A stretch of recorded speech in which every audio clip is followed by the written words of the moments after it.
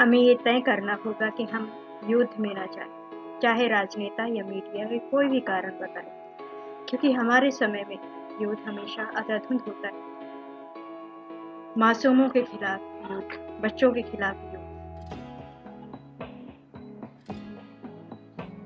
ये बच्चा 10 साल का जो कि शमशान के पास खड़ा लड़का,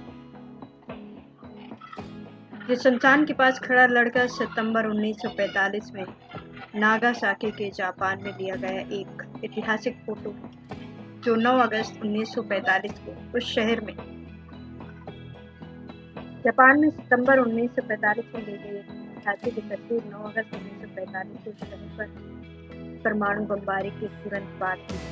ये तस्वीर लगभग 10 साल के एक लड़के की है, अपने मृत छोटे भाई को अपनी पीठ पर बांधा हुआ है और शमशान अपनी बारी का इंतजार कर रहा था। तस्वीर में जो ओडेनल ने ली थी, जो कि उस समय यूनाइटेड स्टेट मरीन कमीशन के लिए काम कर रहे थे, उन्होंने लगभग 10 साल के एक लड़के को चलते हुए देखा। वो अपनी पीठ पर एक बच्चे को ले जा रहा है। उन्होंने कहा, मैंने देखा कि बच्चा पहले ही मर चुका था। लोगों ने शव को हाथ पैरों से पकड़ा और उसे आग पर रख दिया। लड़का बिना हिले डुले वहीं खड़ा रहा, लपटों को देखता रहा। वो अपने निचले होंठ को इतनी जोर से काट रहा था कि उसके बगल से उसके खून टपक रहा था। आज की जो लपटें थी तेज थी, सूरज की तरह जल रही थी।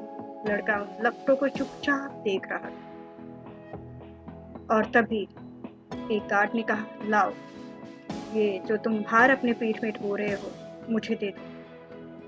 लड़के ने कहा, ये भार नहीं, मेरा भाई।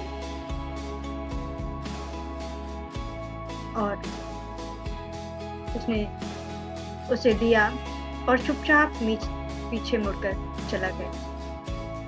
ओडेनल ने नागासाकी की इस अपनी तस्वीर को निजी प्रतिक्रिया बनाई और उन्हें 1989 तक एक ट्रैक में छिपा कर रखा। जब उन्होंने एक यात्रा प्रदर्शनी और एक किताब तैयार की, ओडेनल की Japan 1945 image from the track 1995 में जापान में प्रकाशित हुई और व्यापक रूप से पढ़ी गई।